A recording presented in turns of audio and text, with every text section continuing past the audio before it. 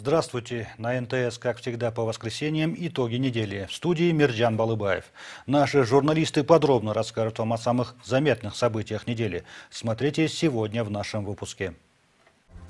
Вооруженным силам Кыргызстана 25 лет. О прошлом, настоящем и будущем нашей армии.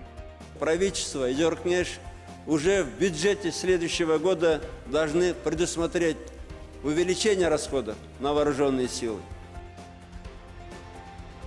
Наши дороги обходятся нам слишком дорого. Парламентская фракция «Республика Таджурт» на своем заседании рассмотрела вопрос о состоянии автомобильных артерий.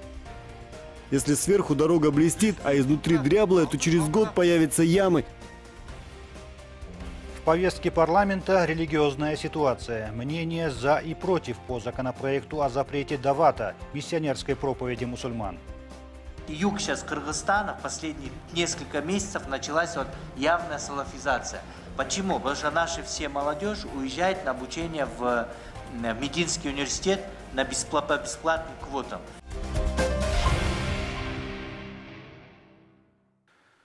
В понедельник в Кыргызстане отметили 25-летие вооруженных сил страны. Все эти годы наша армия, как и остальные силовые структуры, являются прямым отражением состояния государства. Далеко не все, что осталось от Среднеазиатского военного округа, удалось сохранить. Что-то было распродано, а что-то просто разворовали. В 90-е наша армия напоминала декоративный атрибут государственности. Престиж вооруженных сил сильно упал. Офицеры советской школы, тогда еще остававшиеся в войсках, горько шутили. У нас теперь по-настоящему рабоче-крестьянская армия. Служат дети одних рабочих и крестьян. Жалко было смотреть даже на солдат роты почетного караула. Военная форма на них буквально висела, они элементарно не доедали.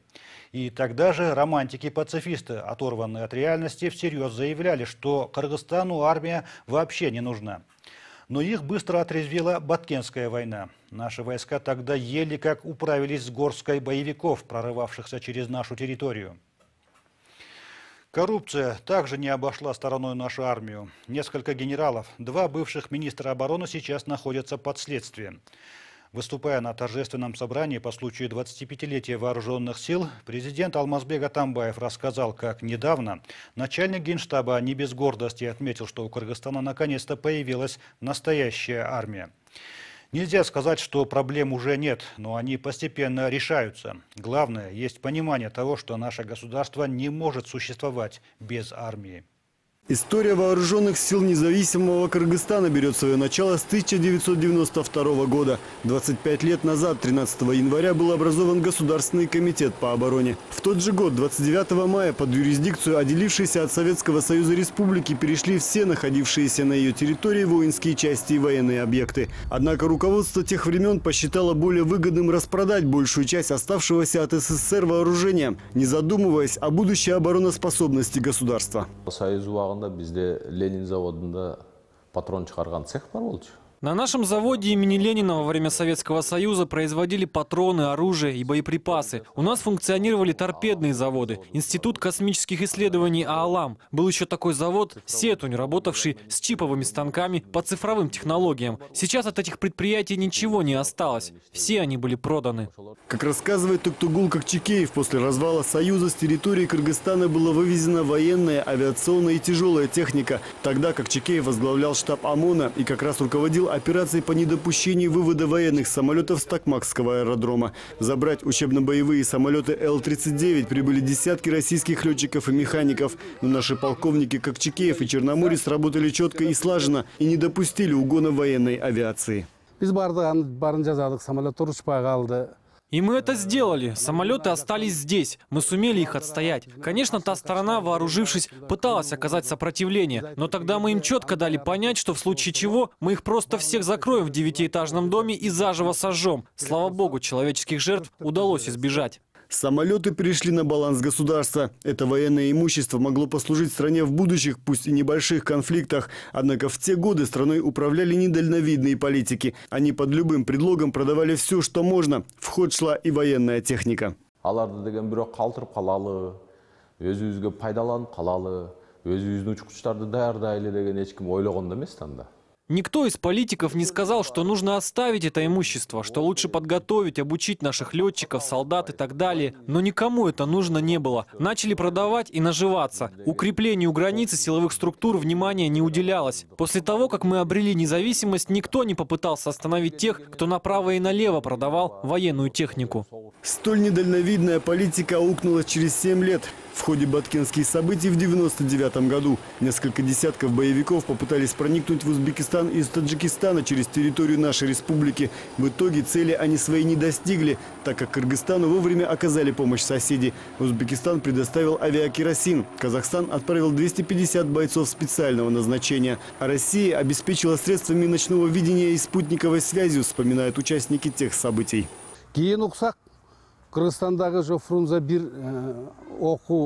Мы слышали, что во Фрунзе-Рас из взлетно-тренировочного комплекса было продано самолетов на 3 авиационных полка. В этой связи в дни баткенских событий без самолетов, вертолетов, без авиатоплива было очень сложно. И вот только тогда почувствовали, чего нам стоила продажа военной техники, которая когда-то была у нас в руках. Сегодня все военные структуры объединены под началом генерального штаба, в чье подчинение вошла и Национальная гвардия. Созданы сухопутные и пограничные войска, силы воздушной обороны. Это все было объединено в один кулак, говорит глава государства. По мнению Алмазбека Атамбаева, предпринятые реформы позволили укрепить обороноспособность страны. Обстановка в мире и в регионе непростая. Звучат провокационные прогнозы о возможных войнах за землю и воду. И, к сожалению, пока мы не до конца урегулировали приграничные споры. И еще раз хочу повторять, набирает силу международный терроризм. Да и внутри нашей страны, к сожалению, хватает, открыто сказал бы, хватает подонков, готовых за гранты или политические дивиденды раскачать ситуацию, нажиться на беде, на межэтнических и пограничных конфликтах, на крови людей. Вы помните, когда конфликт был очередной с Узбекистаном, некоторые политики, как стервятники, сразу туда приехали, призывали местное население начать войну. Это подонки, как их назовешь. И в такой напряженной обстановке вооруженные силы, наша армия должна быть готова защитить Родину. Уделяется внимание и социальному обеспечению военнослужащих. Для них построено 55 многоэтажных домов. Включая от новеньких квартир получили 1000 офицеров. И на этом, по словам президента, останавливаться не намерены. В планах построить еще более 3 десятков многоквартирных домов. Однако в будущем для финансирования силовых структур Кыргызстану придется рассчитывать уже на свои возможности. Правительство и Дёркнеш уже в бюджете следующего года должны предусмотреть увеличение расходов на вооруженные силы. Потому что, я не буду скрывать, возможно, что мы уже не сможем получать такую мощную помощь, военную помощь, финансовую помощь от наших дружественных стран, от наших союзников. Поэтому нам надо зарабатывать больше самим и самим финансировать приобретение вооружения, техники и боеприпасов для нужд армии, самим привыкать финансировать строительство жилья для военнослужащих. Государство, не желающее кормить свою армию, будет кормить чужую армию. Стабильность и мир в стране может обеспечить лишь та армия, которая сама обеспечена во всех отношениях. Никто чужую армию кормить, вооружать никто не будет. Это известная пословица. Поэтому я думаю, что да, действительно пришло время, когда самим нужно думать, зарабатывать деньги. Вот. И мы сейчас в зоне находимся Евразес. Надо торговать, чтобы наши товары шли, чтобы мы продавали, работали, деньги были. И тогда, к сожалению, армия такая организация, которая потребляет много денег. Но это необходимо. Я думаю, что надо приложить усилия, не только ждать. Вообще создание армии – это не только дело президента, не только дело там, главнокомандующего кого-то. Дело это всего народа, государства. Так сколько средств нужно выделять на армию, чтобы и бюджету не навредить, и хватало на оборону? Сравнение с военными бюджетами соседних стран неуместно. Территория, численность населения и объемы ВВП у нашей страны несопоставимы с аналогичными показателями того же Казахстана или Узбекистана. На армию тратится в разумных пределах от бюджета тратится 3%. Это классическая есть формула, но нельзя сравнивать. Казахстан на сегодня тратит 5%, Узбекистан 4,5%, Таджикистан процента нет, у нас тоже где-то около процента. Мы исходим из того, что можем. Не можем же мы зарплату учителям, пенсионерам и так далее убавлять, отбирать и так далее. Я считаю, что вооружить 15 тысяч, чтобы были хорошо вооружены, обучены, зарплата была, социального вопроса решены. 1% нашего бюджета вполне достаточно, я считаю. Сегодняшняя армия Кыргызстана на 30% состоит из призывников с высшим образованием. В последние годы решаются серьезные проблемы наших вооруженных сил. И в первую очередь благодаря проводимым сейчас последовательным реформам армии. Болот Исаев, Алексей Немашкал, Аман Бакиров, Эрлан Кемельбеков, НТС. Итоги недели. Состояние дорог, а именно то, как их у нас делают и ремонтируют, обсуждали в пятницу на заседании парламентской фракции «Республика Атаджурт». На реконструкцию существующих трасс и прокладку новых в Кыргызстане тратится не меньше, если не больше, чем в странах, где их качество намного лучше. Укладка нового асфальта у нас стоит дешевле, но его чаще ремонтируют, что в итоге делает стоимость наших магистралей сопоставимой с ценами германских автобанов. Бесконечный ремонт и переделка наших дорог, разумеется, выгодны всем тем, кто на этом зарабатывает – донорам, подрядчикам, проектировщикам, поставщикам стройматериалов и правительственным чиновникам, которые распределяют заказы и средства. Всем им выгодно, чтобы в нашей стране дороги строились по советским стандартам полувековой давности.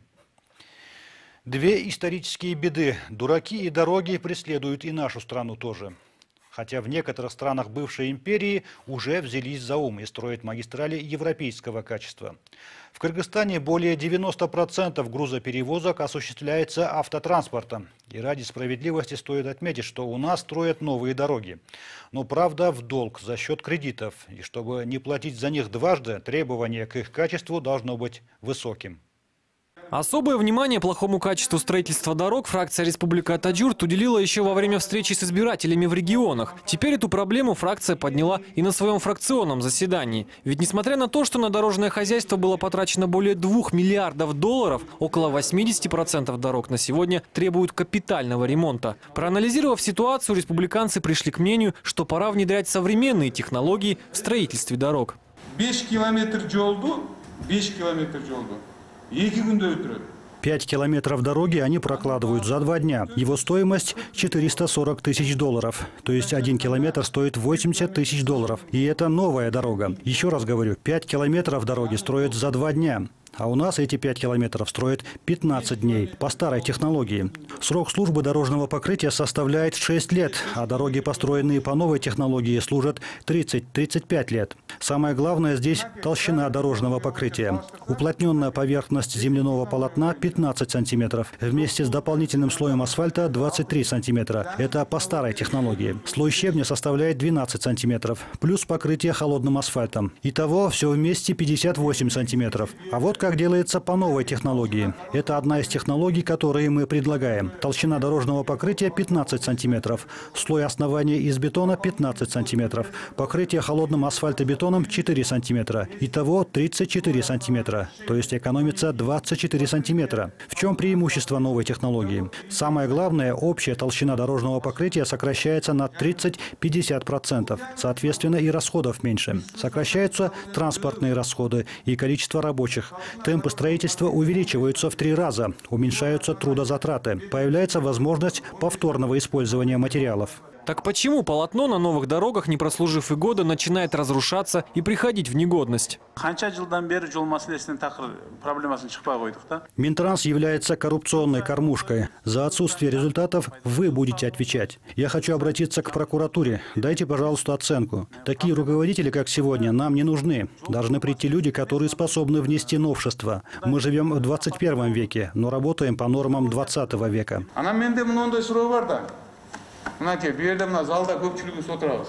Мына сотовый неме кирди. Бир кол көтөрүлүш, колуңарда баягы эски Motorola, Nokia бар адамдар барбы бу жерде? У меня возник такой вопрос. В зале сидит много людей. Пожалуйста, поднимите руки те, кто носит старые аппараты. Motorola, Nokia. Все носят айфоны и самсунги. А почему тогда у нас дороги делаются по старинке? Почему? В 70-е и 80-е годы, когда я учился в школе, отец учил меня считать на счетах. Сейчас у вас нет таких счетов. Все пользуются калькуляторами, а дороги у нас по-старому строятся. Я вам расскажу, почему у нас такие дороги.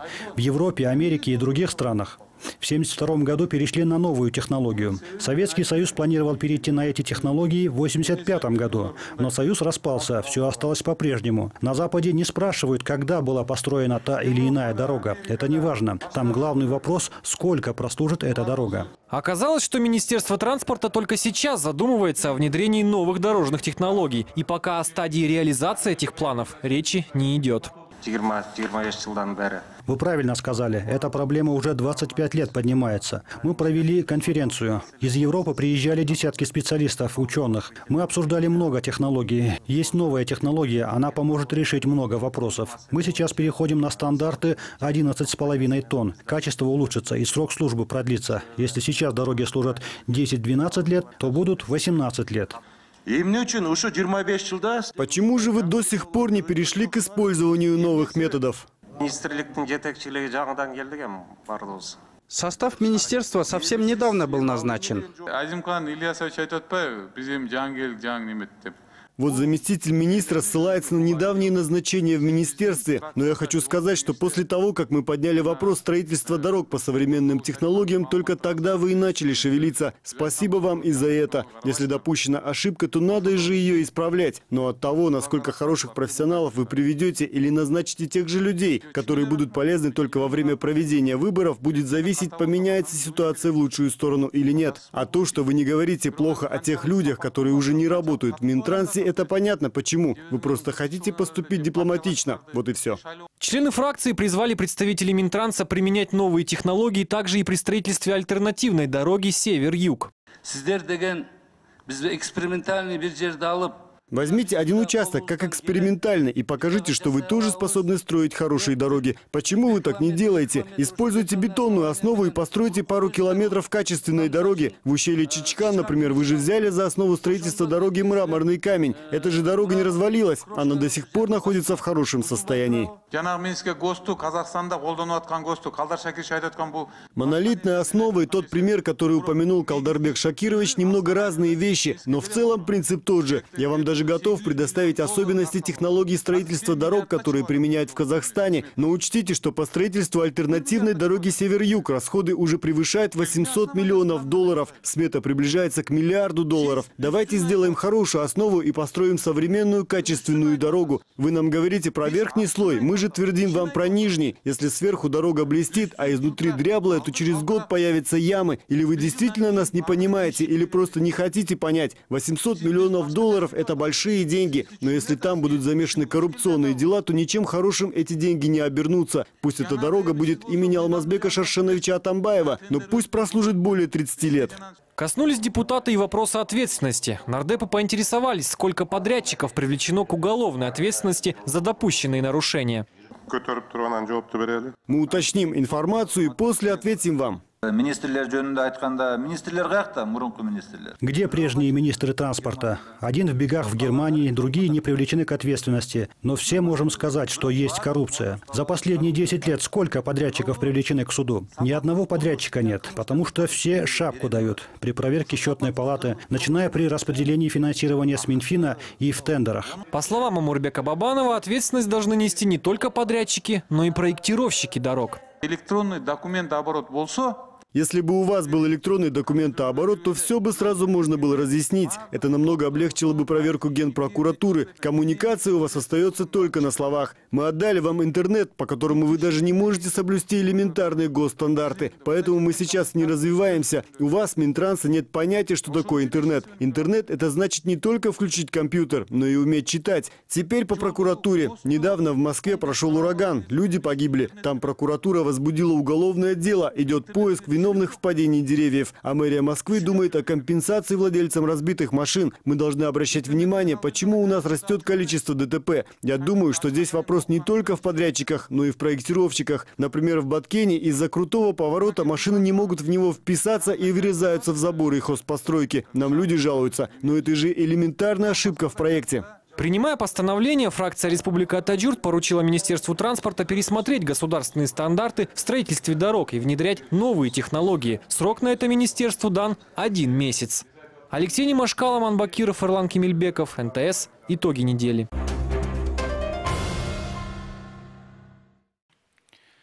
На этой неделе в парламенте в очередной раз обсуждался законопроект о запрете давата, мусульманской проповеди или миссионерства. Член Совета улемов, известный знаток ислама Кадыр Маликов считает, что запрет давата обернется радикализацией верующих, и привел пример некоторых соседних стран, в которых проповедники ушли в подполье и, соответственно, ушли из-под контроля государства. Однако, вне зависимости от того, будет запрещен дават или нет, навряд ли это повлияет на радикализацию определенной части мусульман. В условиях, когда малообразованных, но истовых верующих становится все больше и больше, запреты малоэффективны. Можно попытаться ограничить политическое влияние фундаменталистов из Ближнего Востока. Однако финансовым возможностям шейхов противостоять трудно. Поэтому, наверное, государству нашему следует больше работать над собой. Для того, чтобы нашим чиновникам, милиции, прокурорам, судьям и вообще всей нашей системе граждане, в том числе и мусульмане, доверяли больше, чем заезжим эмиссарам. А пока рядовой прихожанин мечети больше верит своему необразованному наставнику, чем депутату с несколькими дипломами. В Кыргызстане закон о свободе вероисповедания и религиозных организациях действует с 2008 года. Однако с тех пор многое поменялось. На заседании Совета обороны этот документ было решено пересмотреть и внести в него ряд изменений. Некоторые из них вызвали немало интерес как среди религиоведов, так и в обществе. В интернете появились громкие заголовки о том, что дават в стране могут запретить законодательно. Но такое толкование закона не совсем верное, уверяют в Госкомиссии по делам религий. Руководство ведомства уточняет, что запрету подлежит деятельность миссионеров, направленная на переманивание в свои ряды последователей других религиозных учений.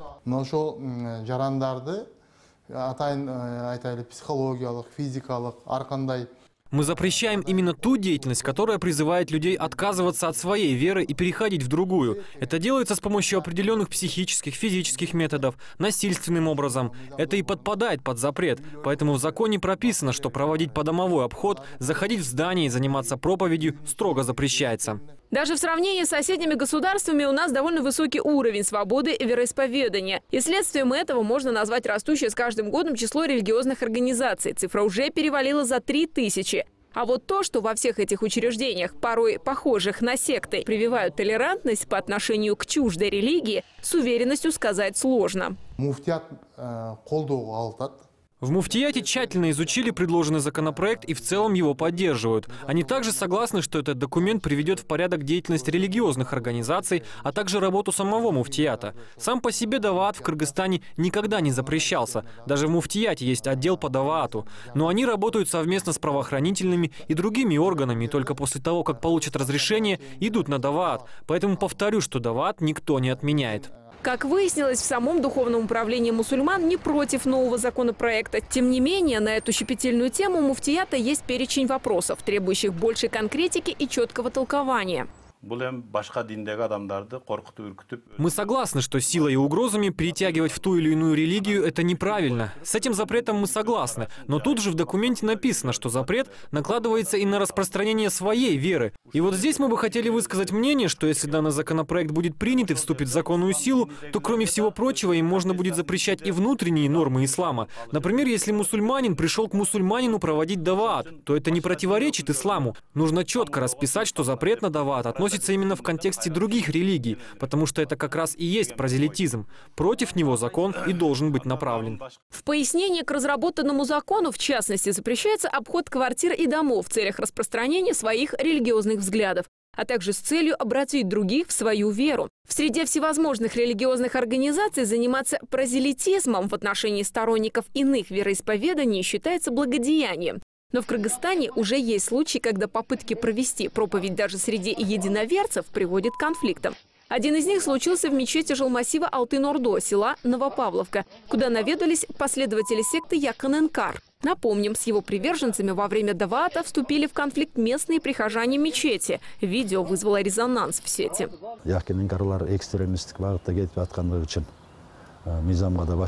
Исламское движение Якын-Энкар действительно превращается в экстремистско направленное. Ведь члены этого движения отрицают все, кроме своей миссии, в том числе и законы. И если они продолжают невосприятие законодательства, то правоохранительным органам будет сложно различить законность или незаконность их действий. И не исключено, что будет подниматься вопрос в общем о запрете даваата. Это сделать нетрудно. Дать представление Генпрокуратуре, принять закон и разом запретить даваат. Однако в том, что вводимые запреты и ограничения на миссионерство смогут принести ожидаемый результат, уверены далеко не все. Некоторые эксперты считают, что способов для распространения религиозных, в том числе радикальных взглядов, сегодня предостаточно. И вербовка ведется под прикрытием, например, образование. 2 года назад в парламенте был принят закон о безвизовом въезде с целью привлечения инвесторов для граждан стран Персидского залива. На сегодняшний день инвестиции большие не принесли в Кыргызстан. Такие вот миллионные или миллиардные инвестиции нет. Но факт то, что на сегодняшний день со стран Саудовской Аравии, с Кувейта, с Катара приезжают некоторые в частном порядке частные туристы, среди которых обязательно присутствуют шейхи, да? И они привозят, не просто приезжают так, они везут наличные деньги, и они везут еще квоты. Квоты на обучение наших студентов-граждан в Мединском университете, который является центром подготовки кадров ваххабитов. Без сомнения, в религиозном характере образования ничего плохого эксперты не видят. Но кто даст гарантии, что в тех же университетах упомянутой Саудовской Аравии учат истинным канонам ислама, не имеющим радикального толка? В этой связи специалисты говорят о необходимости открытия собственных теологических институтов. Мы должны давать возможность получать религиозное образование в своей стране. Не так давно в университете Арабаева открылся факультет теологии. В нем преподаются как светские, так и религиозные предметы. Выпускники этого факультета могут получить аттестат о среднем образовании и дальше продолжить учиться. Это будет очень удобно для нашей молодежи, так как сейчас за религиозным образованием детей отправляют в медресе. И в основном эти дети из малоимущих и необразованных семей. Надо обратить внимание, что особенности юг сейчас Кыргызстана в последние несколько месяцев началась вот явная салафизация. Почему? Потому что наша все молодежь уезжает на обучение в Мединский университет по бесплатным квотам.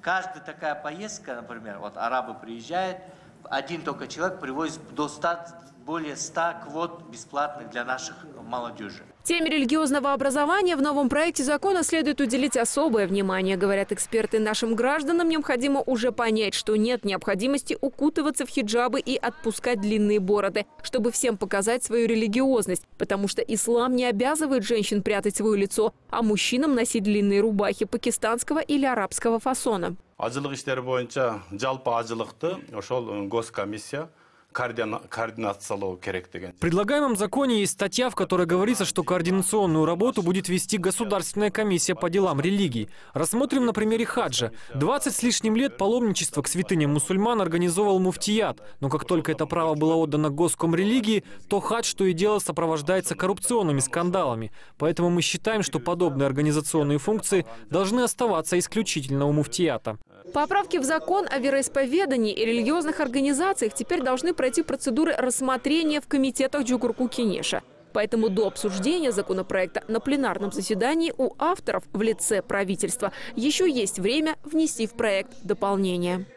Елена Яковлева, Алексей Немашкал, Аман Бакиров, Эрлан Кемельбеков, НТС. Итоги недели. На этом мы с вами прощаемся. Увидимся в следующее воскресенье. До свидания. Далее смотрите авторский проект Джамалбека Джумаева «Параллели».